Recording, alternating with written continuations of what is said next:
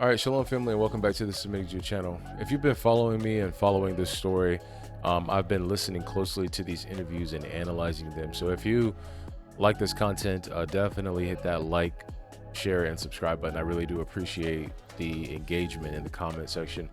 Whether you agree, disagree, or as I am, keeping an open mind.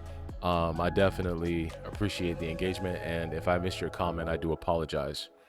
But for those of you who value evidence over emotion and truth over right wing, left wing, what other baloney America wants you to believe, then definitely this conversation is for you.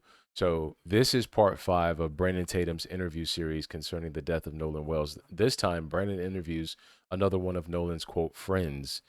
His name is Tracestin Shepherd. Before we examine the details, let me give you the skyscraper view. Okay, so if you're just tuning in again and you don't know this man, the man to the left is Brandon Tatum. Brandon Tatum is the one who is going to be asking questions, and he's going to frame uh, the racial and media narratives around this case so far. He's going to criticize Ben Crump, who is the family's attorney. He's going to summarize claims that he never actually explicitly talks about. And then he's going to repeatedly reassure Tracestin that they're buddy-buddy. And then Tracestin, on the other hand, he gives a firsthand account, his own personal account of his friendship with Nolan, a fight that took place, his movements on Horn Island, and the search timeline, death threats that he received after the fact, his opinion of Nolan's family, and his criticism of the alleged racial narrative that he doesn't believe exists. So again, that distinction matters because throughout this interview, Brandon does not merely ask questions. He's going to frame conclusions and he's going to supply us with interpretations. And then he's going to reassure the witness. And so by the end of the interview, he openly is going to tell Tracestin something that you got to hear.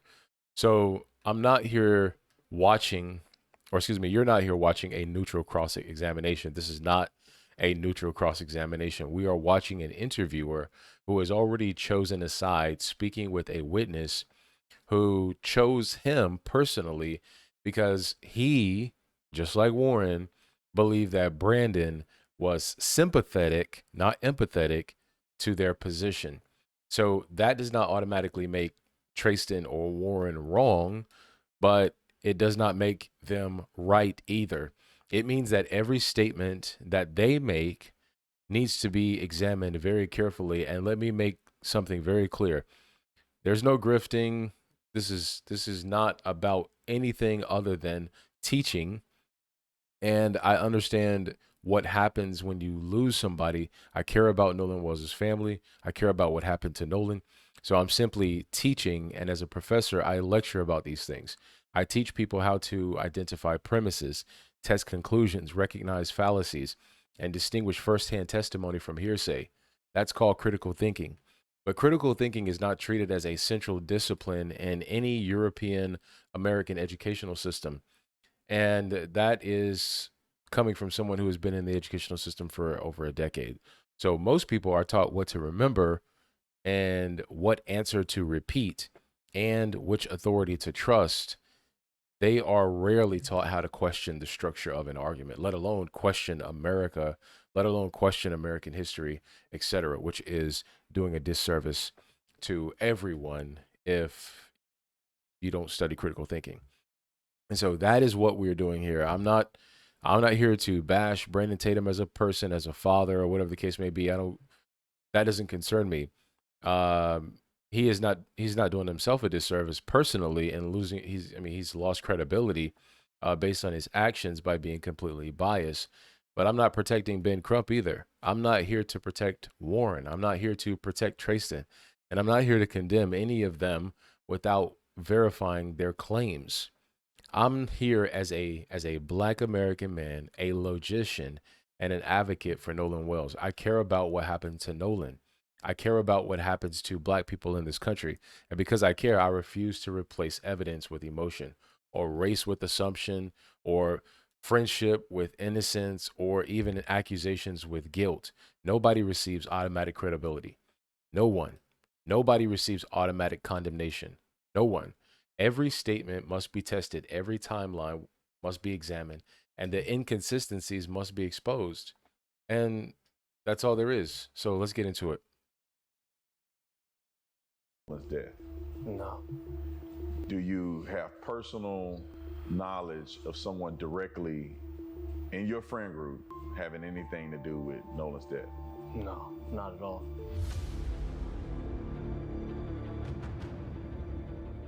So I saw you on television, you had an interview, and I felt like you laid out a few things that I think the world needs to know and be clear about. Okay. And the first one is the relationship that you had with Nolan. Can you explain your relationship with Nolan? Yeah, I will. So his mom got on TV, as everybody has seen, and said that she didn't know me. That's not what he asked, but continue. And man, that can't be farther from the truth. Me and Nolan, I met Nolan in 9th grade in a second block class. It was math. Real quick, just to say something here. Remember, Warren, there was a discrepancy in Warren's story. He said he had known Nolan. He was best friends with Nolan from elementary school all the way up. And then in Warren's testimony as well, he also mentioned that he had known Nolan since the 8th grade. Okay, so he was one of the first guys I made friends with. It was somebody I made a connection to. Like, off rip, he was an athlete. I could tell he was an athlete. When I walked into class, we sat really close to each other. And all he did, he turned around and asked me for a pencil when I first met him in 9th grade when I moved to Ocean Springs. Man, it was tough. And the relationship there has always been best friend in my eyes. I never wanted to take away how close somebody else was with Nolan, but Nolan was my best friend. That was a guy I knew I could call at any point in time. He called me at 11 o'clock on the 4th to see where I was parked at. Man, me and Nolan have countless nights of him giving me advice on my girlfriend, on my life in general. Nolan has been the only friend, and I love my friends and my best friend in this group of guys, but Nolan has been the only person that ever tell me, like, he's proud of what I've done. He's proud of how hard I worked. He's proud of me going overseas to go play ball. That was my guy. Like, that was my best friend. Yeah, and so how does it make you feel when the media, activists are coming out and alluding to the fact that you may have something to do with what happened to Nolan on that day? Man, that hurts. It hurts.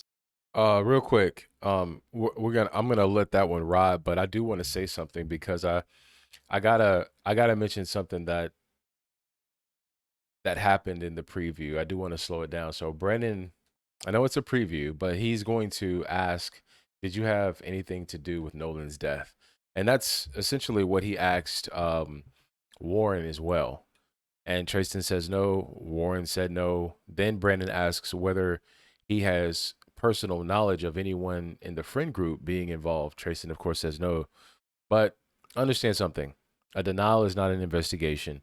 What answer was Brandon expecting, really? What answer was he expecting from Warren? Yes, Brandon, I did it. The evidentiary value is not in asking the question. The value comes from testing the answer. And Brandon never tested it. He attempts to move, or he's going to attempt to transition into friendship, which is what he did here, which is ironic because he did the same thing with the Warren situation. He prefaced with that question in the preview, and then it immediately segued into, tell me about your relationship. Tell me, how did you meet Nolan Wells, et cetera, et cetera. So the impact of that preview to get you questioning, well, it's absurd to assume that a friend would murder another friend, or it's absurd to assume that, people who know each other could possibly be implicated in a crime like this. That is the narrative, okay? So just be tracking on that because it happened in the initial interview with Warren, and it's also happening here. Hey, let me open up with a thematic question. Did you kill them? The obvious answer is no. And then let me segue into, tell me about your relationship with Nolan. We were best friends, because the conclusion you're going to gather is, well, it's impossible for a friend to kill a friend, right? Again, this is a narrative that he's spinning. Tracestin says that Nolan's mother claimed he did not, that she did not know him, and he says that could not be further from the truth. But later in this same interview, Tracestin admits that Nolan's mother said that they were not childhood best friends. That's important. And Tracestin says, well, she's not wrong, right? Because he says that, well, we met much later. So he also admits that he and Nolan's mother never had an in-depth discussion. So as far as being classified as a best friend, yeah. Okay, so you gotta put on your thinking caps, and you have to listen to these statements that are being made. And there's a lot of moving pieces in this case, so it's really hard to keep track of unless you're actually taking public notes. But again, those are not the same claims. There is a difference between I have never seen this person before and I did not know this person as my son's childhood best friend. Tracestin appears to take a narrower statement from Nolan's mother and then enlarges it into a total denial of his existence. And so we're going to revisit that when we reach the later portion of this interview. And even if Tracestin was Nolan's best friend, what does that prove? It proves friendship, but it does not prove what happened to Nolan, because friendship is contextual. Friendship is not exoneration. A photograph is not an alibi. A phone call is not an alibi. And saying that that was my guy does not answer how Nolan died. So I'm not denying their friendship. I am saying that their friendship cannot be used as a substitute for evidence of not committing a crime or committing a crime, so far as we know. This is an understatement. I beat myself up every night I lay down. Beat myself up anytime it crosses my mind. Because in my head, if I wasn't drinking, if I didn't get into that altercation, maybe I would be able to do something. Maybe I would have saw something. Maybe I would have told Nolan, hey, man, you're not going with that girl. Just come back with us. We're going back a little bit later. We can go meet up with the guys later. Maybe it just plays out different. And then the fact that they're going to play that is I'm already trying to mourn my friend's death as is, and I'm blaming myself for it. To put that in my head is a next level of hurt that can't be truly explained. Because it's hard to put into words. Generally, it's backstabbing from a sense of a community that I thought I had with my skin color, and they stay so strong together, and I'm supposed to be one of them, but I come up and I speak, and now I'm the person to blame. Now I'm not dark enough for them. I'm not black enough for them, and now I'm the issue. It doesn't make sense. In my head, it doesn't make sense. Was Nolan? I mean, obviously you were in a friend group, but I do want to say something here, because I'm not going to mock this young man's pain, and I'm not going to deny that that accusations or threats and the death of a friend can affect any human being emotionally. But emotion cannot be allowed to swallow up this evidence of this case. We can't allow this to rest. We want to know what happened to Nolan. But listen to what Tracestin just revealed. He says that if I wasn't drinking, if I didn't get into that altercation, maybe I would have known or seen something. Then he says maybe he would have told Nolan, you're not going with that girl. What girl? Because that statement requires questions. Why specifically say that you're not going with that girl? Did Tracestin have a concern about the girl at the time? Did he believe that Nolan intended to remain with that girl? Did Nolan tell him that? Was this something that Tracestin knew that day? Or is this a conclusion that he developed afterward while reflecting on the demise of his friend? Was Nolan visibly intoxicated? Did Tracestin believe that Nolan needed someone to intervene on his behalf at that time? Those are investigative questions. But again, Brandon doesn't ask any of them. Instead, the conversation shifts into Tracestin feeling betrayed by black people and then being told that he's not black enough. Let me be clear. Threatening him is wrong. Racially insulting him is wrong. Rejecting him because he gave an account that people dislike is wrong. That's fine. But none of that proves his account is accurate. Being mistreated does not make every statement that you make true. Being black does not make every statement true. And certainly being white does not make everything that you do or say credible. Being Nolan's friend does not make every statement true, and it just doesn't. I'm a black man, and I'm scrutinizing this interview because Nolan was a black man whose death deserves more than just emotional storytelling or jumping to conclusions just because you have a huge platform. Black solidarity is very important to me, but you got to understand something. You have to keep an unbiased approach, regardless of the circumstances surrounding this unfortunate event. But that means caring enough about Nolan to ask the questions that Brandon is refusing to ask. So my question to you is, does he really care about the family? Does he really care about Nolan? It certainly doesn't seem that way. The way the media makes it seem is that almost as if Nolan was the only black person in this whole friend group. Now they don't even mention you. They don't bring you up in this whole thing when it comes to what happened on at Horn Island. So what's your take on Nolan being presented as like the only black kid in a group of all these white boys? That's crazy, man. I know we've spoken a little bit, but that friend group that I'm a part of to this day was the first friend group I was in when I moved to Ocean Springs as a new kid coming in. I never knew any of them. I known one, kind of, sort of, back from grade school because we went to the same private school together.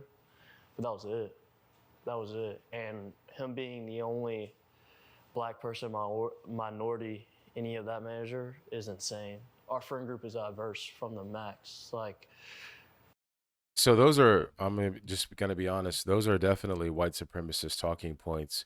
Calling black people a minority, I mean, it's relative, right? Black people are colored people. If he's referring to, in terms of America, yes, okay, but um, you know, the talking points. Maybe he's just being formal. Okay, maybe he's just being formal by saying minority. I don't know, but I'm not gonna speculate too much. I'll let him continue. We have a mixed guy. I mean, we had Nolan in our friend group. There's an Asian a part of our friend group. There's a Latino that they're trying to perceive as white. He's truly authentic Mexican. His parents are from Mexico. They came over legally, and they. Real quick, you can be what he's saying and be white passing. Okay, he has to understand something that he doesn't understand, and he probably doesn't understand it because he has a private school education.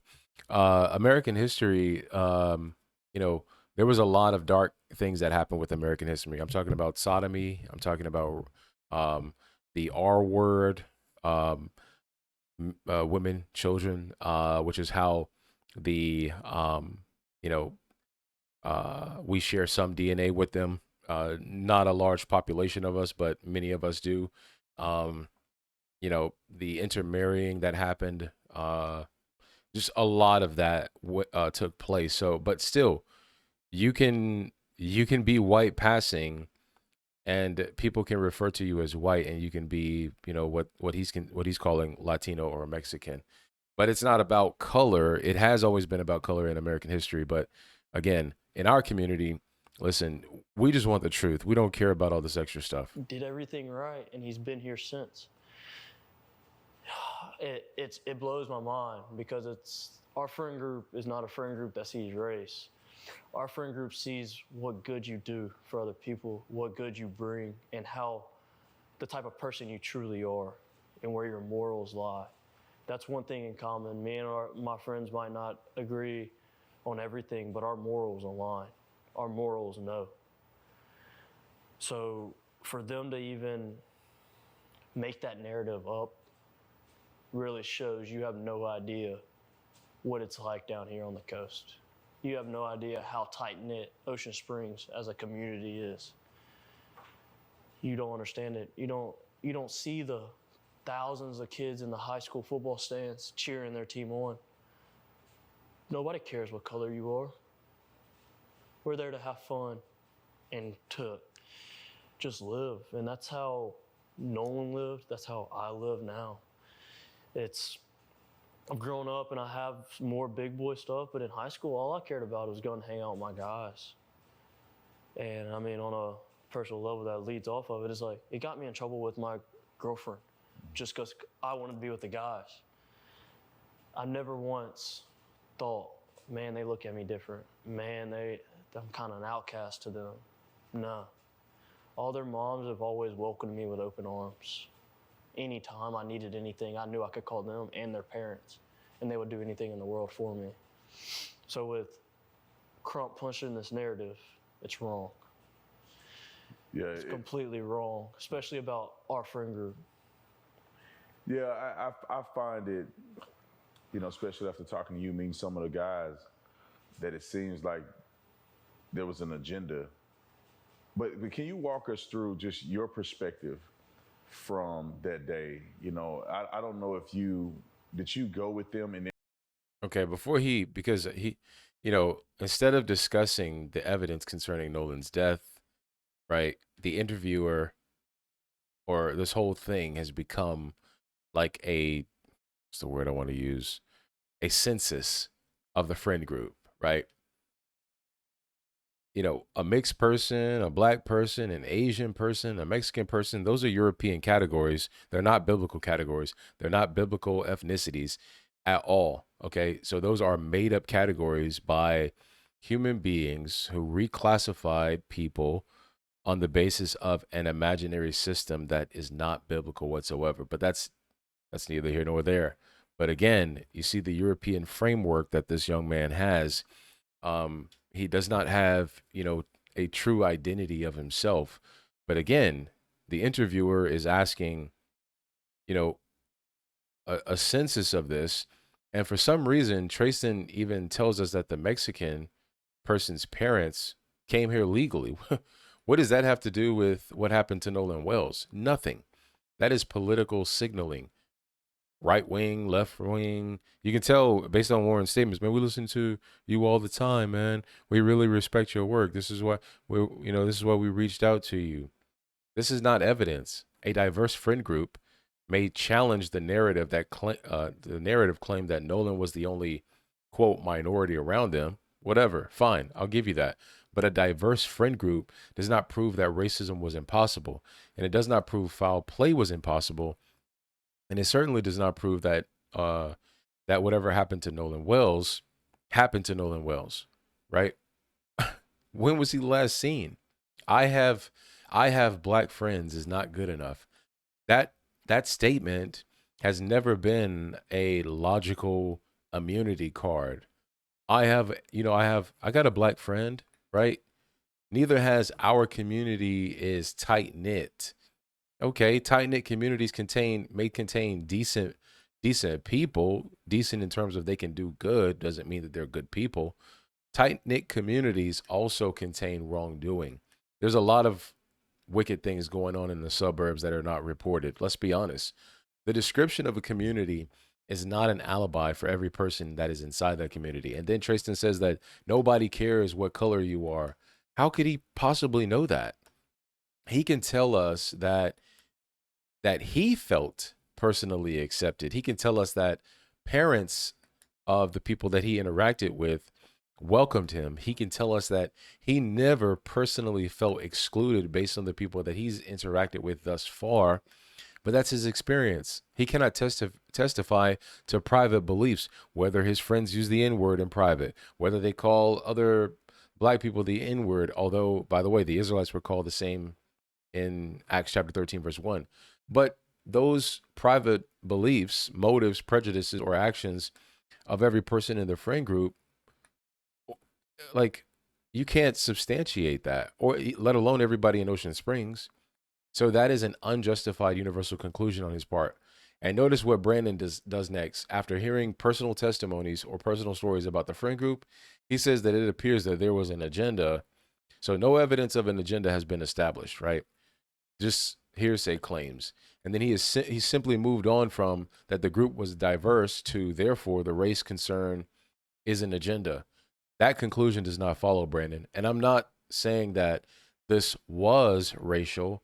I am saying that friendship does not rule out foul play. Diversity does not rule out racism. Being community pride does not rule out that people in the community woke up and had us living in their minds rent free. And Mississippi's history does not prove that every isolated event is racist either. But we do not assume race. We do not dismiss race either. We investigate. That's the bottom line. Every reasonable possibility remains on the table until the evidence takes it off.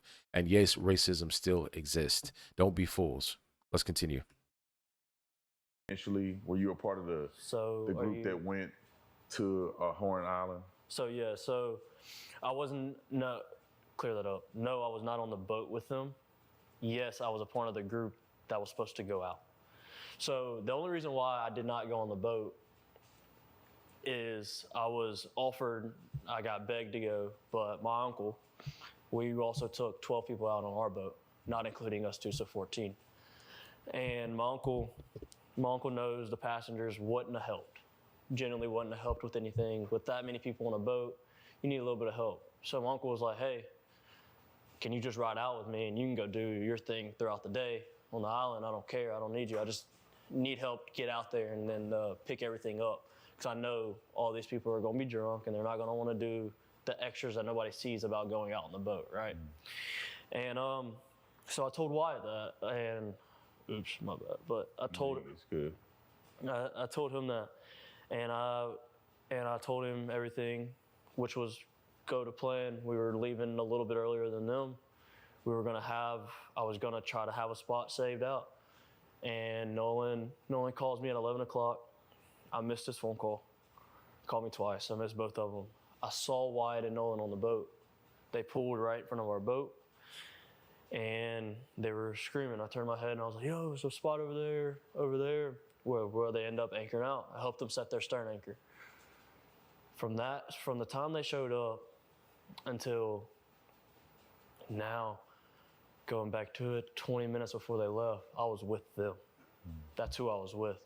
I spent all day with them, minus the morning time before they got out there. But from the time they got out there to the time they went back in, I was with them. Those are my friends, man. Those are my guys. Yeah, All right, so I want to stop right there. Tracestin says that he did not ride to Horn Island on the same boat as Nolan, Warren, and the others. Okay, so that's very significant. He rode with his uncle on a separate boat. So that's 4 boats, right? Because you got boat A, which is Wyatt's Triton boat, the 22-foot boat that approximately had 8 to 9 passengers. And so far as we know, there was Wyatt Nolan on that boat. And so if you subtract 2 from 9, you get 7. So at most, we have 7 other passengers on the Triton, the 22-foot boat, unaccounted for. And this is apparently the boat that Nolan's phone was on, and apparently the damaged boat and the boat near the boat that Nolan was asked to board. Okay, so that's boat A. And then boat B is the Palm Beach, which is an 18 foot boat. That boat is the shortest of the 3 that was mentioned by Warren. There's approximately 4 passengers, unnamed passengers, and that boat allegedly left before the final exchange with Nolan. And so the people on that boat may have not heard the get on the boat claim that Warren made in the earlier interview. And then boat C is Bart's Tide Line, which is the longest boat that we know of, the 24-foot boat that carried approximately 10 to 16 passengers. Bart was on that boat. Warren was on that boat. Several women and college friends were on that boat. But the key relevance of that boat is that Warren rode that boat, and then Warren did not have eyes on Nolan for an extended period of time, according to his testimony. And allegedly, the boats arrived and were nestled together on the island at the time. So again, he rode with his uncle on a separate boat carrying approximately 14 people. And so that matters because he cannot testify about what happened aboard Wyatt's boat during the trip to the island. He can only testify about what he personally observed after both groups arrived. And then he says, from the time that they got out there to the time that they went back, I was with them. But only a few seconds earlier, he says that he was with them until approximately 20 minutes before they left. And shortly after this, he will explain that he left the island before Warren's group because of the fight. So those statements need to be reconciled. Was he with them until they returned to the shore? Was he with them until 20 minutes before they departed? Or did he leave 30 or 45 minutes after the fight before the group left? All three cannot mean the same thing. This may be careless wording rather than deception, but careless wording matters when someone is establishing a timeline surrounding a death, right? Because you're trying to get your story straight. And I was with them all day. That's still vague. Does that mean physically beside every member continuously? And if so, who are those people? In the same general area, moving between groups, periodically interacting with them? Horn Island allegedly had hundreds of people present, hundreds of boats, thousands of people. Being in the same social group does not mean maintaining continuous observation of every person that you went there to be with. But that is significant. So this statement does not establish where Nolan was throughout the day, and it does not establish what Nolan consumed. Notice how they're not like talking about where they saw Nolan this entire time. Neither one of them. And it does not establish that every person Nolan interacted with was there or has been talked to so far. And it does not establish what happened after Tracestin left. The phrase "I was with them," I mean, it sounds comprehensive, right? I was with them. They're my guys. But under scrutiny, it may only mean that he was somewhere within the same broad gathering, and that's it. Let's continue. I want to get a few more details. I'm sorry about that. I know that. Yeah, go ahead. I know that you were all over the news because there was a perceived fight. People, this is the thing that gets me, and I want to you clarify this. When I saw the video that they put out on the internet claiming that Nolan was saying, "Give me my effing phone back," the coach came out, Nolan's coach came out and said immediately he knew it wasn't Nolan's voice. And obviously it wasn't Nolan's voice because you were the one that was me yelling, in there yelling, and you got into an altercation with somebody. What happened after that? Like, put me in your place where the fight is over, whatever happened. Nolan is somewhere, you're hanging out. And when was the last time that you saw Nolan before you left Horn Island? So, after the fight, I didn't stay on Horn Island much longer. So the objective, I was really upset. So with you hearing me yelling, my uncle had told me to get on the boat and wouldn't let me back off the boat. Obviously, I was really mad and I wanted to fight, wanted to get what wasn't smart, man. And so I was on the boat, I'm yelling, and shortly after that, I left the island. I left probably 30 to 45 minutes after I got into a fight. We started to pack up and left because I was so upset. As Javon mentions, that they were ready to get me back to land because I was really mad. I was genuinely really mad. But the last time I saw Nolan, I was walking to the boat. This was before the fight. It's me and my old lady. We had just got out of a group of people. Nolan was walking towards Wyatt's boat. I was walking in the opposite direction towards my boat. And I dabbed Nolan up. I made a slick comment about something, actually about the girl that he was with. I made a slick comment to him, us joking around, and I kept going. And not even 10 minutes after that is when I got into a fight. The last thing I told Nolan was, "All right, buddy, I love you. See you later." And I'm glad I said it. I had been under the influence a little bit, and that's probably why I did say it at the time, just, getting all lovey-dovey, but I'm at peace I said it. I'm glad I said it. That was my last encounter with Nolan. I was telling him I love him. Did you have? All right, so we do have something important because Tracestin says that the last time he personally saw Nolan was right before the fight.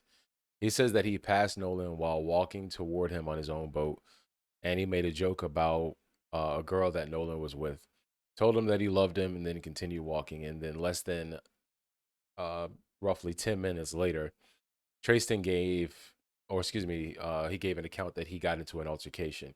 After the fight, he says that he remained on the island another 30 to 45 minutes before leaving. So do the math. Tracestin's final personal sighting of Nolan occurred approximately 40 to 45 minutes before Tracestin departed. That means that Tracestin cannot personally tell us what Nolan did during that remaining period. Where was he? He cannot personally establish that. Whether Nolan stayed beside Katie or this girl, because he doesn't mention her by name, whether Nolan returned to Wyatt's boat, whether Nolan spoke to anyone else, whether Nolan became intoxicated, what was he drinking, or was he, was he slurring his words? I mean, whether Nolan arranged another ride or what Nolan's condition was when the other group eventually departed. And so notice something else, that Tracestin says that he had been drinking, and then he says that he was angry. He says that he wanted to continue fighting, and then his uncle had to force him onto the boat. But again, that does not make his testimony false, right? But it affects the circumstances under which his memory was formed. How was his memory formed under these circumstances? You got to just question that. Not saying that it's, he's lying, but you got to take those things into consideration, because a careful interviewer should ask, well, how much had you consumed? What time did the fight occur? What time did you last see Nolan? Were any of you wearing a watch? I don't know how often you look at a watch. I look at a watch often. What time did you last see Nolan? What time did your boat leave? Who is not checking time? I don't get it. Who can independently confirm those times that we just don't have yet? But instead of asking those questions, Brandon accepts broad estimations and then just moves on. And then there's Tracestin's statement. He said, maybe I would have told Nolan, no, you're not going with that girl. What's up with the vague language, man? A girl, like, say her name, say their names. And then, now we know that he had seen Nolan with a girl before the fight, but who is this girl? We still don't know why Tracestin believes that he should have stopped Nolan from going with her. Again, not the singer her, but some girl. Was that merely survivor guilt speaking after the fact? Again, is he reflecting on the events of that day and then putting this story together? Or was there something about the situation that concerned him at the time? That question remains unanswered. And once again, Tracestin's testimony proves only his final interaction with Nolan. It does not prove what happened after the altercation, and definitely doesn't prove what happened to Nolan Wells. Let's continue. So you leave the island. Did you have any encounters or association with these phones, with the keys? Did you have any connection to any of that? I did not. So what I know, I got my first phone call from Warren at about 9:20. I didn't answer it. I was asleep. I'd been on the boat all day. I didn't feel like going to party anymore. I went to bed. So I got my first phone call about 9:20, and I didn't wake up again until a little after 11 o'clock. And that was to my brother coming in the room being like, hey, Warren's trying to get a hold of you. You need to answer the phone. They're looking for Nolan. And I'm half awake, and I pick up the phone. And by this time, nobody had came to the house to grab anything. And Warren gets on the phone, and he's just like, hey, man, he was like, hey, have you talked to Nolan? Anything else? I was like, no, I haven't talked to him, man. He was with that girl last time I knew. And he was like, okay. He was like, man, we can't get a hold of him. We don't know where he's at. And I was like, man, it's Nolan. He's probably just out somewhere with that girl. Like, get a hold of the girl, you'll probably find Nolan. It's no big deal. And he was like, all right. He was like, but we're starting to freak out. We're getting on the phone with Coast Guard. I was like, okay. And at that time, he had already talked to his mom, Nolan's mom, and he was getting on the phone with the Coast Guard, and I'd called. I need to be specific about this. I did not call Warren's phone. I called another one of our buddies' phone, and it was on speakerphone. They were all together. I was talking on my other buddy's phone, talking to Warren. He was dialing Coast Guard because he hung up the phone and was like, "Hey, this is them, bye," and hung up the phone. And that was the last time I talked to him until the next morning when we all decided.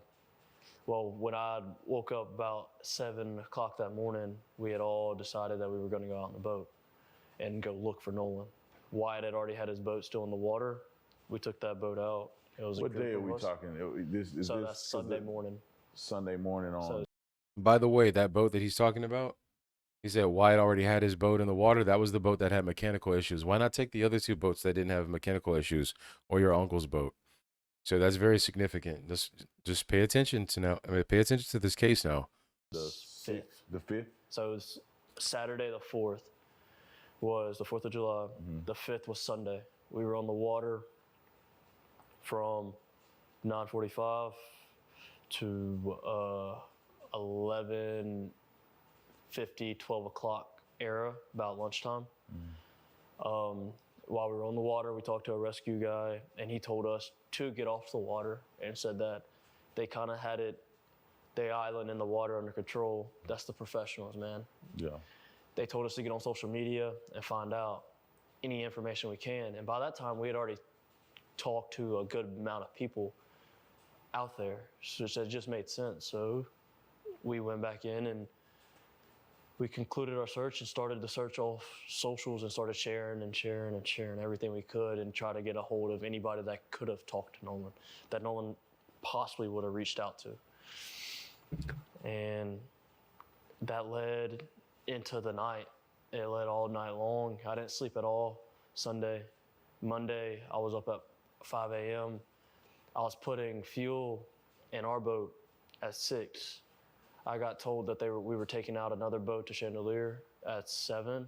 So I put my boat back on the lift, and I went to McDonald's, and then I got the news after I left McDonald's that his body was found. So it was already a plan that we were going and searching and trying to do everything we possibly can. And that's all I wanted to do. Is I wasn't there to help him out in his last minutes, but now I feel like as a friend and as one of my guys, man, I do everything in my power to help now. And that's why I have reached out to the family. I have donated to the family, and I have giving them just your normal death gifts, I would say, as you pay your respects. Okay, so this section needs to be separated very carefully. First, Tracestin says that he had no involvement with Nolan's phone or keys. So that means that he cannot independently confirm Warren's account of how those items were handled. We have Warren's account of how those items were handled, but he cannot necessarily confirm that. He cannot tell us who removed the phone from the boat and who placed it in the truck, who assessed the truck or accessed the truck to put the phones in, who handled Nolan's phone specifically, or what happened when the family retrieved the phone, or what happened, was the phone sitting in the truck the entire time? Those things matter. His testimony on the phone and the keys is simply, I did not have anything to do with them. And that may establish his claim of lack of involvement, but it does not establish the full chain of custody of the phone. And secondly, you got Tracestin saying that Warren first called him at approximately 9:20 that night. Okay. Tracestin did not answer because he was asleep. And then he says that he did not wake until sometime after 11, which is conveniently when Warren said that he was calling the Coast Guard. And of course, just sticking to his testimony in particular, he said that his brother told him that Warren was trying to reach him. So that gives us another important timeline. According to this account, concern was developing approximately 9:20, but Tracestin himself did not become involved until after 11. And then he initially responded that it's Nolan. He's probably somewhere with that girl. That assumption may have seemed reasonable at the time, but it is still an assumption. Nobody has confirmed whether Nolan was with Katie or some other girl. Nolan had not confirmed that he was staying with her, right? You know, where's the confirmation for that? Where's the confirmation that she was Nolan's transportation, or that Nolan had confirmed that he was going to stay on Horn Island and have transportation after the fact? This is your friend we're talking about. The group appears to have relied upon the belief that Nolan was probably with someone else, right? So it's crazy because like just the like confidence that, oh man, yeah, like we traveled on three boats, but you know what? We're not really, aside from the three boats, he would find another way to get back. Basically, this is basically what their testimony is, right? Of course, what he's saying is, that may have helped like explain the delay, but it doesn't remove the delay from scrutiny, right? And then thirdly, you got Tracestin saying that by the time that he spoke with Warren, Warren had already contacted Nolan's mother. Okay. And he was prepared to call the Coast Guard.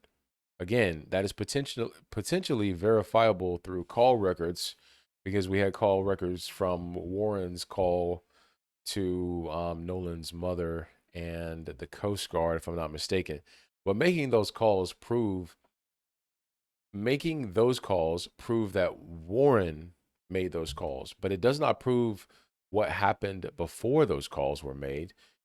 Like if they were a panic, if they were like, this is a lot of time we're talking about between 9 and then 11. Of course, it doesn't establish their innocence, and it does not answer why Nolan remained unaccounted for. Then, fourthly, let me see. I believe Tracestin described searching the following morning, right? The following morning, he says that they took Wyatt's boat onto the water approximately 9:45 until noon, and then he spoke about the rescue officer, and then they were told to leave by the professional authorities, and then again, those claims should be verified. Who was the search boat? Was Wyatt's boat still experiencing serious mechanical problems? Why were you guys so confident to be able to take it out after the issues that it had the night before? I mean, you know, eh, where is, we need to know more. Had those problems been resolved? Which rescue officials spoke with you that day? Are there Coast Guard or rescue records confirming these interactions? Which areas did you guys go out to initially search? And then where did you guys interact with the authorities or the professionals and told that you had to leave the area? Because searching for Nolan may show concern, but it doesn't prove what happened to Nolan. People keep confusing the conduct of these individuals after the disappearance with proof concerning the death or the cause of death. Those are separate issues. Tracestin may have genuinely searched, and he may have genuine feelings. I mean, he seems to be very emotionally distraught compared to Warren. But Warren called the Coast Guard, and okay, fine, that may have been genuine too. But both things, although can be true at the same time, we still need to keep our minds open and keep our eye on the ball, which is what happened to Nolan Xavier Wells. Again, we can still ask every unanswered question about what occurred on Horn Island that day. Concern is relevant. Saying that you guys, okay, well, you know what, we can look somewhere else, that's insane to me. Search efforts are relevant, but neither one of them closes this investigation. Let's continue. And Do you think Benjamin Crump being involved in this case made it better or worse? 100,000 times percent worse. Because why on the Tuesday after where has your civil rights been broken? Where has it been shown? You brought Benjamin Crump to stir up a community that's already tight-knit. Yeah, we might not be best friends with everybody, but I promise, if you're talking about Ocean Springs as a whole, Ocean Springs is going to have Ocean Springs back, 110%. We back each other. Everybody I've seen, we back each other. And for them to push this narrative and really push it, just shows me is like you have no idea who you're dealing with or who you're messing with. And I think he's taking the grieving parents and manipulating and turning this and making it sound all bad, because nothing's like that at all. No. Have you gotten death threats? Or, because I know that the other young men that I spoke to about this, especially the white young men, they're getting all kind of death threats. They're being accused of killing Nolan. Did you get the same backlash and threats that some of those guys have gotten? Yes, I've gotten the death threats per se, but I've also gotten the threats along the lines of where it's like I've been cast out of the black community. I've been called white. I've been called a wetback. All these things. I've been sent photos of me and my grandmother, and they've been told that she's the devil. She's just looking for the time to kill you. You need to be careful and blah, blah, blah. And it's like, man, if y'all want to know the story, the only people that's showed up for me in my whole life has been my white side of my family. So for y'all to sit there and drag their name and to drag me down, and I'm supposed to be one of y'all, and you're supposed to have my back, and we're supposed to be in this together, and it's really eye-opening. Did it shock you that it turned this way? Meaning that, you see everything happen. Nolan was your friend. From all the young men I talked to, it seemed like Nolan was the life of the party. Everybody loved Nolan. He gets along with everybody. Everybody's cool. And everybody feels like Nolan made them feel like everybody's his best friend, right? I mean, everybody felt connected to Nolan. Were you shocked that it turned like this? I mean, where this community was tight-knit, Nolan's friend group was tight. He ends. I do want to say something about his claims because I think he's essentially segueing into, something else. But again, this interview abandons the question of what happened to Nolan. Like, he said he went down and he had all the answers to this, to what happened to Nolan. I just don't see it. We got more questions than we got answers. And what happened to Nolan is really the only thing that we care about. But abandoning the question of what happened to Nolan and then turning this into a political argument about Ben Crump and his disdain for Ben Crump and his personal, whatever his vendetta against Ben Crump and the black community. Brandon asks whether Crump made the situation better or worse. Why are you asking a young man what is his opinion? I mean, it's almost like, is my mom's macaroni and cheese better than your mom's macaroni and cheese? Who cares? They're both great.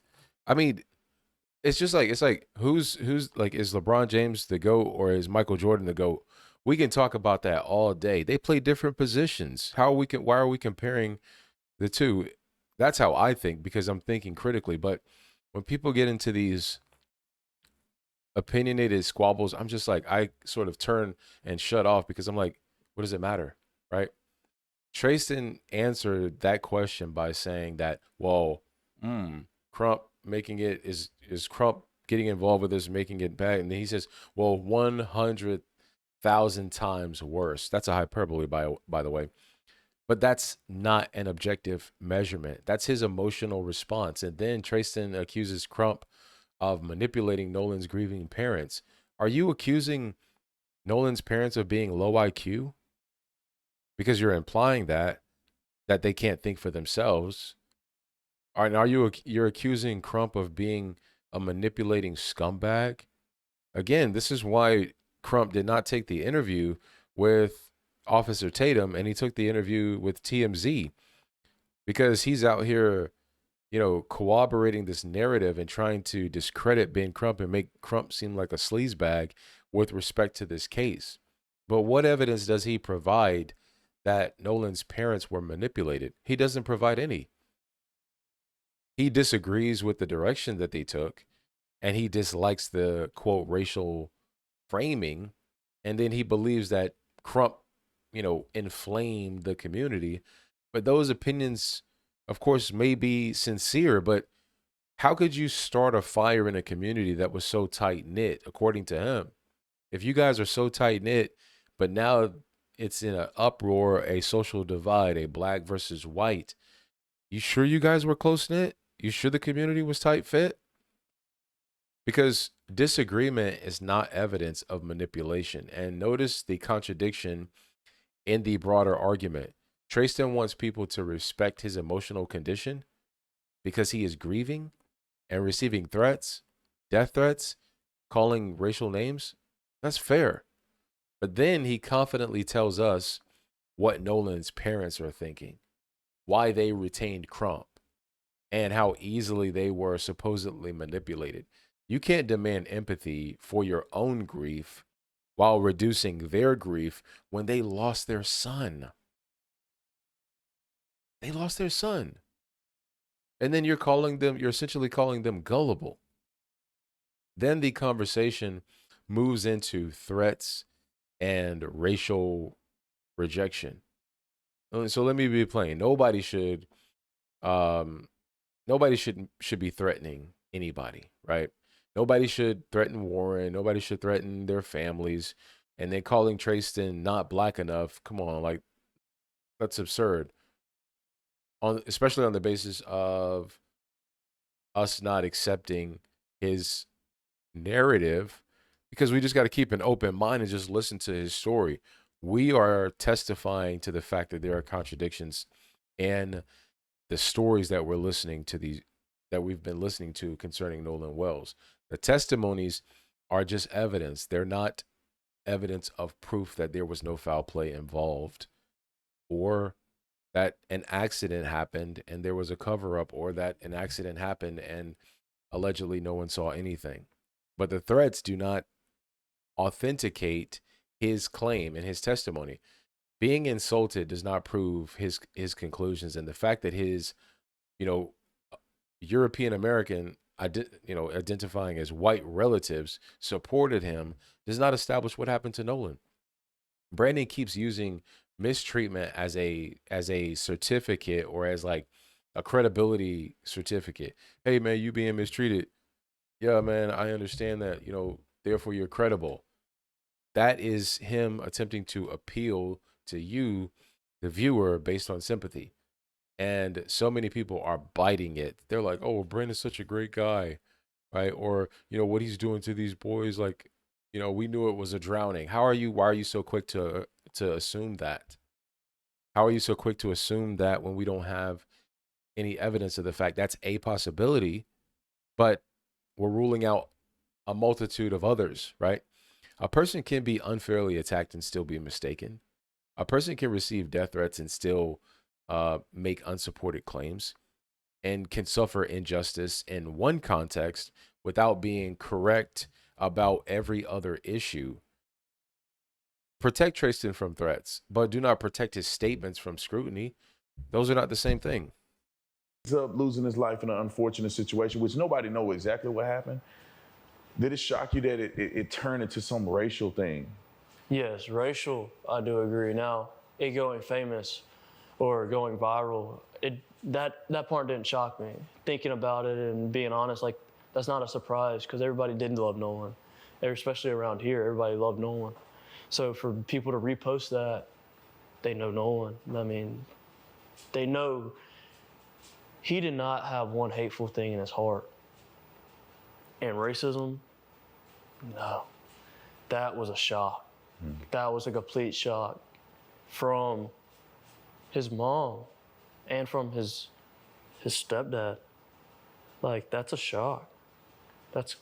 that's an utter shock, because it's like, first off, I don't know how to word this. Nolan wasn't fully black. Nolan's mixed. Again, biblically speaking, you are who your father is. And that is not a tribal identification. That is not a covenant identification.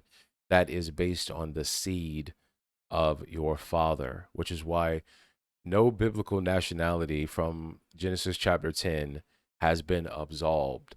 Every nation that God um, that came from Noah at the time in Genesis chapter 10 is still on the earth today. The issue is we live now in the upside down. When Europeans began to dominate the planet, they took everything that God did and turned it upside down. For example, think about, I'll just give you a brief example because I want to get back to this interview. Think about bitter herbs. God called them bitter herbs. Bitter herbs have many health benefits to our body. What do Europeans do? They spray them with pesticides to kill them, and they call them weeds when they're actually good for our body. Okay, so again, they turned everything upside down. The Sabbath, they turned it upside down every Sunday. God was black, or Christ was black, they turned it upside, made him white. These are contradictions. And so saying, oh, he wasn't fully black, that's a European construct, and it's a European framework that we need to reject because we stand on the Bible and we do not stand on European fallacies. Okay. So this idea that Nolan wasn't fully black, well, because Nolan was mixed and he had Asian ancestry. What does that prove? A mixed black person can, according to European constructs, can still be perceived as black. So what does it even, when you look at Nolan, you don't even think anything else. Think about how many people are like white passing and they're white, but they may identify as German, or they may say that they're Greek, or whatever the case may be. But those are European constructs. And I'm telling you, it's absolutely, we live in the upside down. A mixed person can still experience racism, especially in America. Race does not disappear because someone has more than one or appears as more than one. If you appear as more dark than you do white passing, then there's going to be a very high probability that you're going to experience racism. Okay. But that argument is logically irrelevant. Nolan has a little bit of Asian in him. You don't hear that, though. You don't. So to turn it as like somebody's harping down on Nolan because of the color of his skin, you don't know us. You don't know our community. It's crazy that people are just running with a lie. And it's so easy for people to believe it from the outside, looking into Mississippi's history, per se. I wonder, it's interesting that he mentions that, because mentioning Mississippi's history, right, is very significant. Does he have a back page social media? Did they redact their primary social media accounts and then created private social media accounts? I believe they did, right? That's what people do nowadays to hide their identity. But Tracestin says that people are relying on Mississippi's history instead of understanding that people change. Okay. But it's like, you're looking at history. Let's go to each state's history. I bet they're not the best with black people. Like, people change. You learn history so you don't repeat it. Everybody knows that. What's the craziest lie that you've seen floating around there about this situation? Real quick, history alone does not prove that this particular death involved racism. But the opposite is also true. Community pride does not prove that racism was impossible. Having black friends does not prove that racism was impossible. Being a part of a diverse crowd on the island doesn't prove that racism was impossible. Both sides must stop using general context as though it settles a specific case, then we reach the crowd argument again. Like, I just don't get it. I know there's a lot of mysterious things, but like, what to you? What's the craziest thing that you've heard somebody say about this? That my buddy in the photo was his lover. That was wild. That's been the utmost craziest, because it's like, what? Like, where'd you get that from? Yeah. I mean, also the lies of just how racist Mississippi is, or how racist the coast is, and Ocean Springs, and yeah, no, you don't know this, man. Like, you have no idea. And what I thought was crazy lie from the beginning was he's the only black person on the boat. He's the only black person on the island. No, not at all. Like, not once. Like, where'd you get this background information from? How many people are on that island from your vantage point? On the 4th of July? Yeah. Thousands? 13 miles? Like, I mean, you're talking hundreds and hundreds of boats that are carrying minimum 4 to 8, 9 people. Those are some enormous ranges, right? But are they counted numbers? No. They're estimations according to his eyewitness account, right? They are estimates formed while Tracestin has admitted that he had been drinking, right? He had been drinking, and that he was socializing and then later fighting. But that doesn't make those estimates useless, but it means that they should not be treated as precise measurements. It just, okay. Because if you can't see the topography completely of that island, which Warren conceded, I mean, you can conclude that there are 1,000 people on a 14-mile stretched island. But if you're spread out on that island, I mean, there's significant space between each group. You should be able to distinguish between events that are happening on that island. And then, of course, Brandon is going to continue his line of questioning. Like, I'm talking like on the lower end, man. We're talking about smaller vessels here. Man, if I had to take a rough estimate in my area of the island that I was in. And just keep in mind, because Brandon, I'm going to let him continue, but Brandon mentioned that according to him, people are thinking, now he's speaking for everybody else, he's saying that people are thinking that, 4 boys just took Nolan out on a deserted island and then unalived him, right? So he's trying to, frame it as that, when you got to keep in mind, the people primarily who are putting a narrative out, showing a photo of him on a boat and showing, aerial footage of a now, non-populated island, that is media mostly, okay? But again, those allegations essentially are not coming from every single person looking at this case objectively. 400, 500 people easy. If I'm taking an actual estimate, about 400 to 500 people easy. In our group, and the group of, I would say, young adults that were in the group with Nolan Wells, 100, 150, 200 people. So the idea that Nolan went out with 4 white boys and they took him to a deserted island and he was allegedly last seen with a girl and they just abandoned him. What do you say to that? No. From the time they left. Real quick, he's trying to make this young man's narrative, or any opposing narrative to this young man's narrative, absolutely ridiculous. That's the framing. Including myself. And also when I left the island, I could have named 50 people I really trust behind the helm of a boat that Nolan knew, that he knew, that he could go talk to.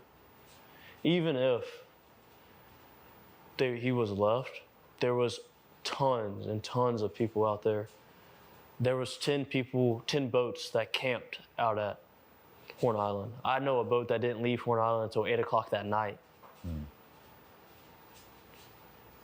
Nobody would have ever seen, nobody, I'll take that back. No, How do you know that there was a boat camped at Horn Island all night and didn't leave until that time? What didn't he say that he was asleep, and that he was approached, or his brother woke him up at 9:30? How did he know? I mean, what time did he go to sleep? That's something that, just, we're listening, we're analyzing what this young man is talking about. nobody would have ever left somebody on Horn Island. That's a place of everybody loves to go and hang out. That's their peace. And I'm gonna let him go, but I was just gonna say, I find it very interesting that, okay, 3 boats came, but based on his testimony, he's speaking as though that everybody on that island, if you, let's just say the boats that you came on, everyone out there, or excuse me, the people that are out there, you can potentially ride back with them no matter what. Would that be Nolan's assumption? Would Nolan feel the same way? Because being in a crowd does not make wrongdoing logically impossible.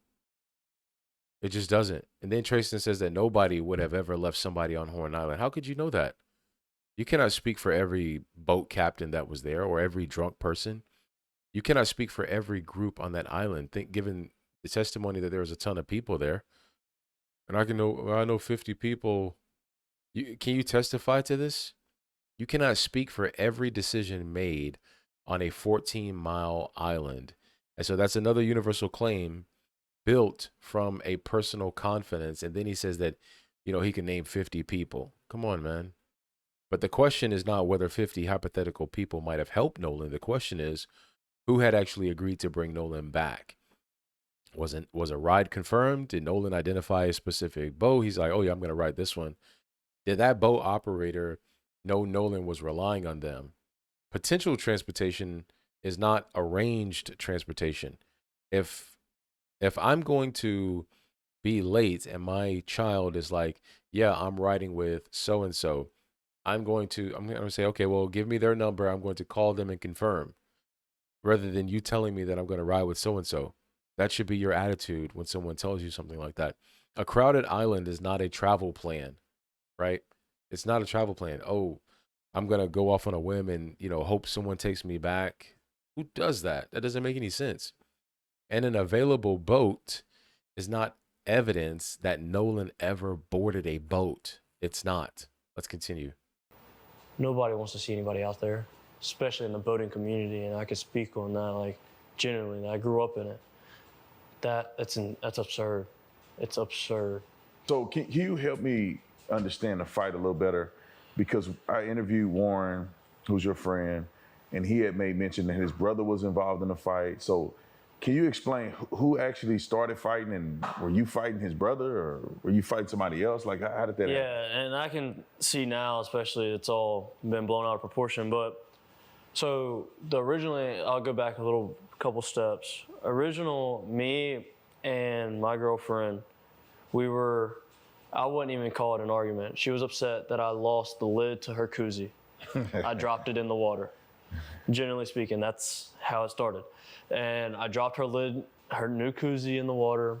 And so she started to let me hear it and basically told me I was paying for it. And she was really upset with me and mad about it. And I needed to kind of sober her up a little bit. And so we're walking back. And during that time, this guy that I'm not friends with, I know of him. I don't know him. I didn't even recognize him when I got in an original fight. He had butted himself into my conversation and basically was telling me how I needed to handle or address the situation with my girlfriend.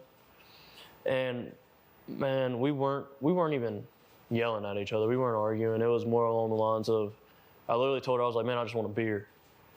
And she was like, well, go get one, blah, blah, blah. Well, when I said that, she had ducked her head underwater, and he had walked up, and he told me that I needed to watch how I talked to my girlfriend. And I looked at him and I told him, I was like, this has nothing to do with you. We're good. This has nothing to do with you. And he sat there and he was like, well, I'm going to tell you that I better not hear it again. And I looked at him and I was like, you need to excuse yourself from the situation. And after I came out, he swung. He threw the first punch. And we went back and forth. I remember at one point in time, I look over and I see my uncle, and my uncle's yelling at me to get in the boat. I stopped fighting. As soon as me and him made eye contact, I got in the boat, I'm sorry. And I listened to my uncle. And what was Warren's brother involvement in this? And so I was getting there. So when I'm on the boat and they're trying to cool me down, I'm trying to get back off the boat because I see the crowd forming up on the island. Well, my little brother and Carter are like really good friends, like best friends, I would say. He's over at our house all the time. Carter heard him still talking crap as he's getting out of the water, and I'm on the boat, and the situation is like done and over with, right? Well, he sees him talking crap, so Carter gets up, and more along the lines of defending me. And for what? He was like, well, if you got a problem with Tracestin, we can handle it right here. So what's the racial breakup of these people that are involved? So the guy that you fought was white. White. I'm the only black guy involved in this whole entire thing. Yeah. And at all. Like, I mean, I don't know. Carter is white. The dude I got in a fight with is white. Mm-hmm. I was the only black guy involved with this. My girlfriend's white. My uncle's white. There was no other black guy involved. And I know Ben Crump tried to run with a story saying that was Nolan. Well, I was like, nice try, but there was another black guy on the island, so now your whole narrative needs to change again. Right. Like, you know what I mean? Like, but that was Carter's involvement, and that was kind of it. Like, after the fight, man, I remember getting off the boat. I got off the boat and I walked up to the island. And I was telling people, I was like, hey, like, I just need to cool off. Like, let me be. This is after everything is dispersed. There was no crowd anymore when I walked off the boat. And I was like, I'm letting me be. Well, again, my uncle yelled at me and I was like, I don't care what you're doing. Get back on the boat. We're leaving. So I got back on the boat and we left shortly after that. And well, at least I know you from the interviews that you've done. Yeah, I wish he would have. This was an opportunity for Brandon to ask some really good questions, but I will say now we finally received a detailed account of the fight. And this is exactly where Brandon should have really slowed down and then built a precise timeline. Instead, he spends part of the exchange asking about everybody's race. So let's separate Tristan's claims from, what he actually said. He says that he and his girlfriend had a disagreement over a koozie. Another man intervened or inserted himself into the conversation, and then that man allegedly threw the first punch. Tracestin fought back, and then his uncle ordered him onto the boat. I mean, in the heat of all of this, you locked eyes with your uncle. Your uncle's like, get on the boat. Warren's brother Carter later confirmed the other man. Tracestin got off the boat again after the crowd dispersed, and then his uncle ordered him back aboard before they left. That sequence raises several questions. First of all, in the earlier section, Tracestin said that this uncle would not let him back off the boat. Now he says that later that he did get off the boat again. But that could be explainable. I mean, that may be explainable. Perhaps his uncle initially restrained him and maybe the situation cooled and then Tracestin stepped off again. But it is still a detail that requires reconciliation. Then secondly, how long was he back on the island after getting off the boat? How long was he on that island again? Where was Nolan during this entire sequence? Right? I mean, apparently he says that, he got into this altercation and all this commotion happened, but you mean to tell me that Nolan didn't come over and see this altercation happen? Where was Nolan? Nolan didn't come and check on you after you got in a fight with somebody. This is your boy. Who came to check on you? Nolan wasn't one of them. Then Tracestin's last sighting of Nolan occurred before the fight. then, you know, he then essentially became, intoxicated, angry, physically involved in this altercation, and then placed on a boat, then returned briefly to the island, and then eventually departed, right? But his attention was essentially not on Nolan. And so that's important. Tracestin cannot tell us what Nolan did during or after the fight so far. Brandon, of course, asks about the racial identities of the people involved while he's talking about this, and then emphasizes that Tracestin was the only black man in the altercation. They may connect, or they may correct like false claims that about the voice in the video belonging to Nolan, but it doesn't resolve Nolan's death, proving that Nolan may have not been the only the black man yelling in one clip doesn't prove anything. Nolan was not the black man yelling in that clip. That's fine. But that doesn't prove that nobody harmed Nolan much later. That, or that every witness is essentially accurate, or that the disappearance was accidental, or that race played a role in what happened to Nolan, right? One corrected misconception does not validate an entire story. Then Tracestin says that Ben Crump's narrative must change because there was another black guy on the island. No, that's not true. The presence of another black kid on the island does not logically disprove racial mistreatment of Nolan. Just as Nolan's race does not prove that mistreatment occurred, the proper conclusion is just narrow.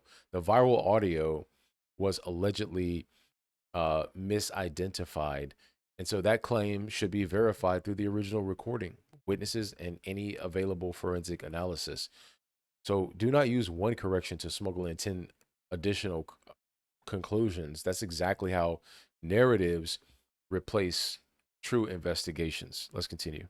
Some of the other boys haven't spoken out at all. Yeah. You've had a chance to use your voice to put the truth out there. You did an interview with, I think, ABC, and you also did an interview with the Rolling Stones. That was my first interview, yeah, with Rolling Stone. The first interview was Rolling Stones, then ABC? And then ABC, yes. Now, from what you told me before this interview is that the Rolling Stones gave you a very fair interview. It seemed like the young lady who interviewed you articulated very clearly what you told her with no fluff, no nothing added. And she cared. She really did care. And she made sure that what she was telling was the complete truth behind everything, with me, with my uncle, and then also fact checking on her side as being in media. And it all aligned, man. And when they came out with that, it was really genuine. When I felt that, it brought me to tears because it was like, that's the truth. That's exactly how it needed to be worded. And I appreciated her. I appreciated her a lot. And we took her out to Horn Island this morning to do another little bit. But she's done well, and that's the truth.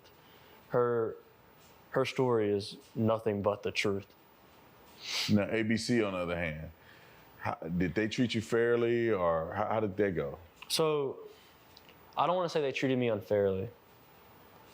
The quotes that he used in the article, he did ask me for my permission on it. And I gave it to him to an extent. I changed up some stuff that he initially didn't change when he came out with it. And then the voice recording, that's really what gets me, because that's what the main people are listening to, right? They're not going in and reading in depth in the article and really seeing everything. They're just going off about what's on TV, because people don't like to read these days. But how they made that and cut a lot of my voice sounded horrible. Sounded bad. I didn't like it. I didn't like that side of it, but it already aired, so what was I gonna do? Really? And at one point, I could have sworn you said that you didn't feel comfortable doing the interview on camera. Yes. And did you do that because you didn't want to be visibly promoted on television, or what? How did that? So the side of that, and I didn't want to be on camera for two main reasons. I never wanted to do an interview and get famous. I never wanted any attention, per se, famous attention. I don't care about the negative side of it. I'm doing what I think is right. I never wanted any positive attention, let's say. All I wanted to be is for my guys to know that I had their back and I got Nolan's back. And I didn't want the investigation on, especially on social media side, I guess, and with Ben Crump and their legal team, to go down the wrong path at all. That was my sole purpose, is to tell the truth and to clear up lies. When I talked to ABC, they wanted to do an in-person interview, and I told them no. I told them no because I'm getting death threats, and I don't like them. It is what it is. I'm not putting myself out there any more than I need to. And I'm not sitting behind a camera and so for somebody to watch me talk about my best friend. And I told him, I was like, if you want to do an article, it's okay. I'll talk and you can do the article on that side of it. I never originally wanted to go on TV, period. He convinced me into only using my voice, which now I regret, and I wish I would have just sat in front of a camera so you can visibly see the cuts.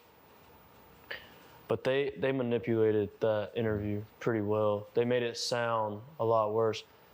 And I know for a fact, most of that interview, you can't understand me because I was in tears the entire time talking about it. When he asked me about Nolan's death, and he put it if you listen to it carefully, he cuts it and I just say die. Nobody wants to see him die. I don't talk like that, man. That's not what I said. I did say die during at one point in our interview, but I said we didn't want to see his life being taken from us, period. They didn't put that. They twisted some things around and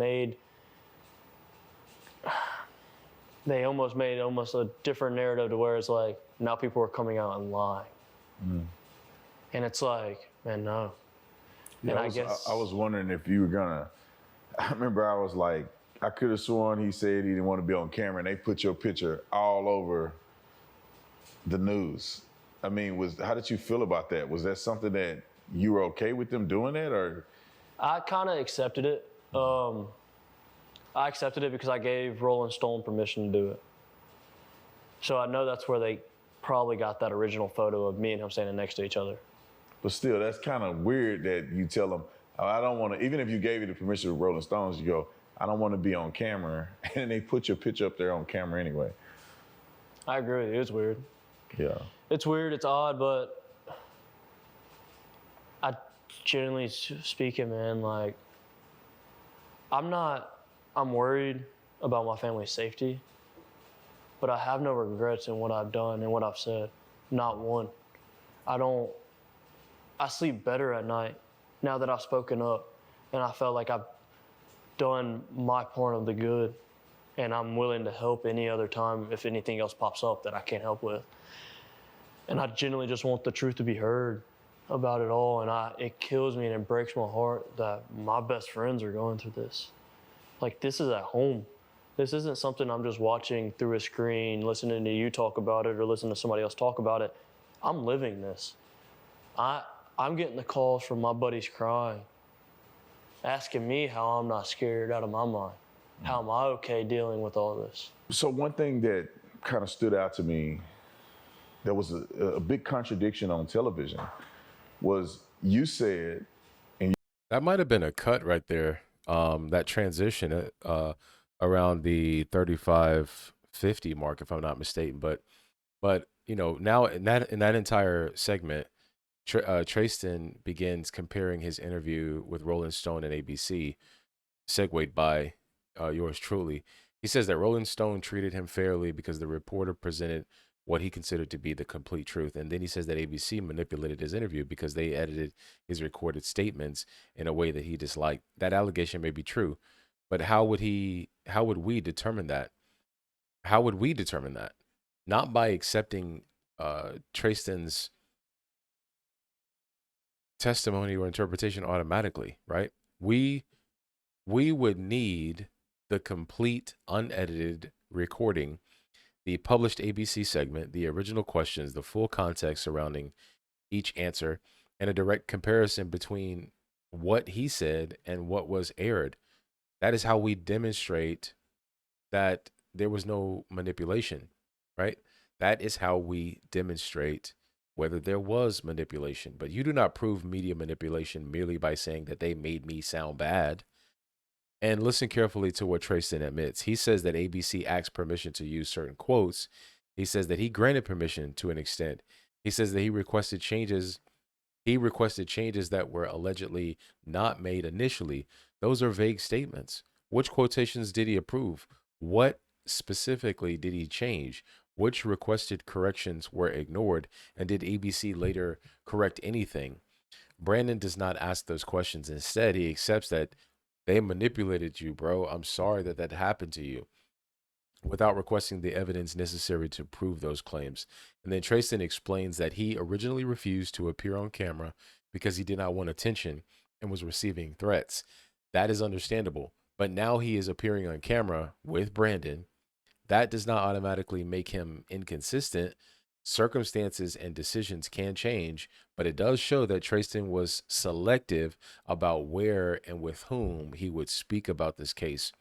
And later, he tells us exactly why he selected Brandon, because he trusted Brandon, because their morals aligned, because Warren trusted him, because Katie trusted him. In other words, he chose an interviewer that he believed would treat him sympathetically, not empathetically. And again, that does not make Tracestin wrong, but it makes Brandon's responsibility to challenge him even greater.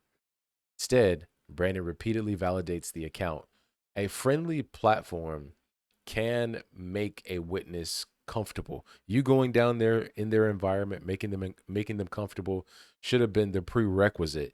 Now that we're on camera, lock in, ask them some credible, intense questions.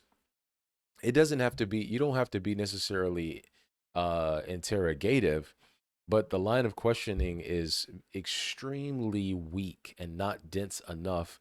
And the way I'm using dense is in a collective sense, like squish it in there, get in there and ask the real questions. But this is something that he's not doing. Again, a friendly platform can make a witness feel comfortable, but it cannot make the witness correct. And an interview that agrees with you, or an interviewer that agrees with you, is not automatically fair. Just as an interview that challenges you is not automatically manipulated. And that's a fact. Let's continue. Your interview that you were really, really good friends with Nolan, his best friend. Nolan's mother said on television that as if she don't even know you and she don't know who you are, and you're definitely not, at least is what she alluded to, you're definitely not his best friend. So what's the truth in that, and how did that affect you? How did that make you feel? So yeah, so she originally touched and she said that we weren't childhood best friends, and she's not wrong. She's not wrong. I moved to Ocean Springs in 9th grade. I met Nolan in 9th grade, as I've stated in my Rolling Stone interview. Nolan was my best friend though. She can believe it or not, that was my best friend. No, me and her never had a sit down in depth conversation like me and you're having now. It was always, hey, how are you doing? I've been to her house multiple times. I've taken Nolan to school multiple times. I've left my vehicle at her house multiple times, even including the new vehicle I just got. That's gotten left at her house for 2 days. And I just got it. I haven't even had it for 4 months. My vehicle before that stayed at her house for almost a week. Me and her son went on trips together. We went to Florida for spring break together. You don't know me? I'm in all these homecoming and prom photos as our whole friend group. Me and Nolan are standing next to each other. You don't know me. Nolan's last name is Wells. My last name at one point in time was Walker. We were by each other in the alphabet when we graduated. Man, that's mind-boggling. It's insane. Me and Nolan have multiple classes together. Me and Nolan has always stayed tight. Nolan has always known that he could call me whatever. And like I've mentioned, like I got a new phone number 2 months ago. Nolan was the only friend that had my phone number out of the friend group, and I still call them my best friends. But we communicate on other social medias. But it's like, Nolan called me on the day to meet up with me on the 4th out there. But we weren't good friends. We weren't close friends.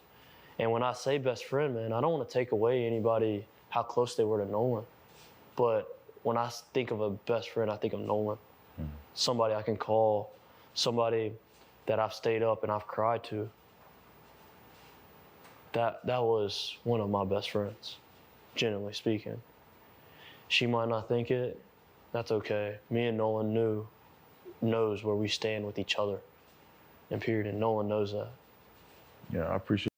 Yeah, I was gonna say before Brandon goes, Brandon calls this a big contradiction, but listen to Tracestin's own answer. He says that Nolan's mother stated that they were not childhood best friends. Then Tracestin admits, well, she's not wrong. He moved to Ocean Springs in 9th grade. He met Nolan in 9th grade. Therefore, they were not childhood best friends in the ordinary sense of growing up together from early childhood. So where's the massive contradiction, Brandon? Tracestin may have considered Nolan his best friend during high school and adulthood, but Nolan's mother may not have understood the relationship in that way. That's perfectly fine. Both of those things can be true at the same time and in the same sense. Tracestin also admits that me and her never had a sit-down, in-depth conversations. That matters too. He says that he visited her house. He left vehicles there. He took Nolan to school. He traveled with Nolan. He appeared in group photos. Those facts may be established that he was present in Nolan's life, but they don't automatically establish that Nolan's mother personally understood him to be Nolan's most closest friend. Parents do not necessarily know the precise ranking that their adult children assign to every friendship. And using the description best friend is not an objective legal category. Nolan may have had several people who considered him their best friend, as Warren called him several times in his interview with Brandon. But the largest problem is that Brandon keeps paraphrasing Nolan's mother's statement into something stronger.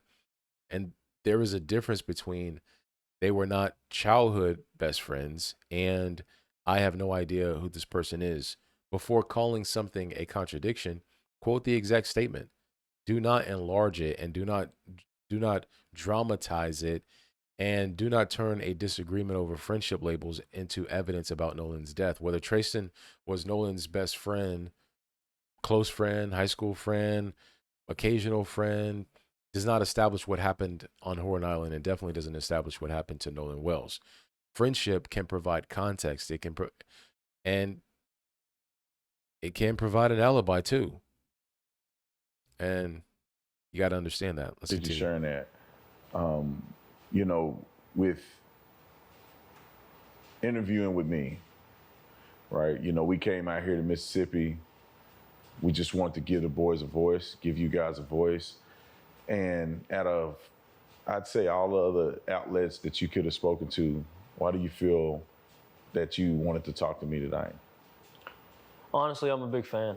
I know when I look at news articles, big news articles, obviously, and then I know you talk on them, I make sure I watch the full thread of videos.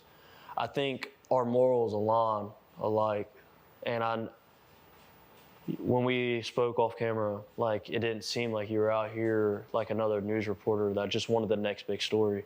Like you just said, it's like you genuinely wanted us to have a platform to be able to speak and to be able to tell the truth. And that's what I like. And I know, I don't know, talking to Warren and knowing Miss Katie and being close to them and them trusting you was like, okay, I can sit down, I can have this conversation, and we can go through it, and we can have the interview on camera, and people can see me, really, I guess you could say, and talk about it and whatnot. I appreciate that. I really do. And my last question, with all this stuff going on, and you knew Nolan very well, what do you think how Nolan would feel about how this all has transpired with Benjamin Crump, with, the statements from his mom, with the accusations against you and his other friends? How would you think he would address this or feel about this? Well, I know people like to use a term, they would turn over in his grave. If Nolan could dig himself out of his grave right now, he would. No doubt. Nolan would be livid is an understatement. Nolan would never want anything pursued this way at all. I think he would be really upset with his parents about how they went about the situation. I think he generally would. I don't think he wouldn't support it. I know that for 110%. I know he wouldn't support any of it. I think he would want the truth and he would search for answers, but he wouldn't go about it like this. He wouldn't let us get dogged out like this. If Nolan could have spoke up, he would have already said something about our friend group and saying, yo, y'all are on the wrong path. Generally speaking, he would be mad. Like, he would be mad. And I don't understand how people don't see that and how people are just okay with even some of his, I guess you could say, other best friends, man, how they were coming out and how they're acting behind it. It's like, man, Nolan was never like that. Nolan was an aggressive, threatening person. Don't get me wrong, Nolan would defend himself if he needed to defend himself. Nolan was loving and kind. Nolan was the furthest thing from a fight. Furthest thing from a fight. And I remember personally, I was in a heated argument and Nolan comes up, crack a joke, and I'm like, bro, it's not even worth it. Like, come on. And it's like, that just shows his character wouldn't be like this. I know he wouldn't want people chanting at his funeral. I know that for a fact. I know nobody would want me or the rest of our friends to get dragged through like this. I know he would want all of us to feel comfortable going to that funeral, and all of us didn't because we're scared. And that says a lot. That says a lot. We're scared to go in our own town to who we called our best friend. We're all over his socials, man. Like, I don't know how you're discrediting and thinking that we could have hurt him. We could have known somebody that hurt him. Because like I told everybody, I would put myself in whatever position he was in 100 times before I let him pass away. And I mean that. I genuinely mean that. That dude, he was so loving and so kind. It was just wild. It's crazy. It's wild and it's heartbreaking. Yeah.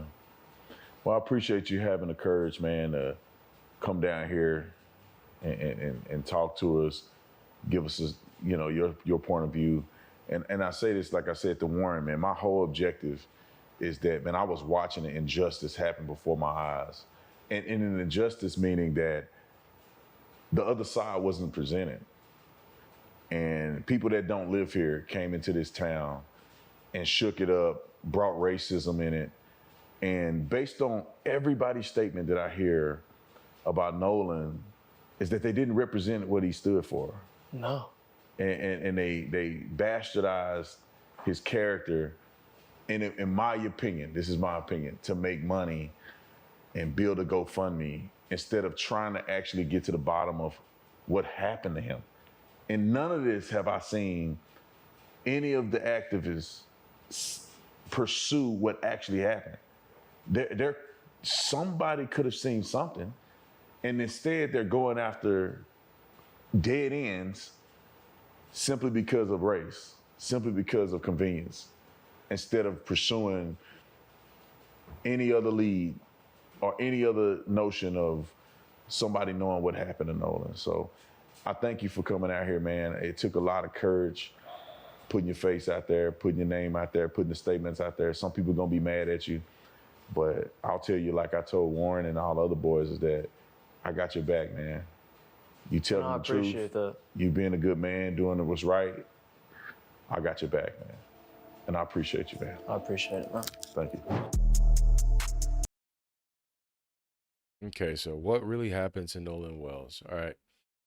And again, here the entire structure of this interview really just becomes undeniable. Brandon asks, why did Tracestin choose him? And then Tracestin says, well, I'm a big fan. He says that their morals align. He says Warren trusted Brandon. He says that Katie trusted Brandon. He says that speaking privately with Brandon made him feel comfortable about appearing on camera. That's not an independent witness randomly selecting, you know, a neutral investigator. That is a witness selecting an interviewer who he already believes is sympathetic to his position. And then Brandon confirms that relationship at the end when he says to Tracestin, look, I got your back. That's not scrutiny, that's advocacy. And it's okay to sympathize with someone who has lost a friend, but that doesn't make their testimony valid or invalid. And then Brandon asks one of the most irresponsible questions in the entire interview. What do you think Nolan would say? Nolan cannot answer that question, Brandon. Nolan cannot correct them, Brandon. Nolan cannot explain what he believed, Brandon. Nolan cannot defend his parents, Brandon. So Tracestin begins speaking for a dead man. He claims that Nolan would be angry with his own parents. Then he claims that Nolan would oppose the investigation's direction. So Nolan would be against someone finding out who killed him or what happened to him. He claims that Nolan would defend the friend group. Then he claims that Nolan would condemn what happened at his own funeral. That's not a firsthand testimony. That's speculation, Tracestin. Wrapped in Nolan's name. Everybody's speaking for Nolan, but Nolan. That's not fair. Tracestin can tell us what Nolan said while he was alive, right? But he cannot turn his personal opinion into Nolan's posthumous testimony.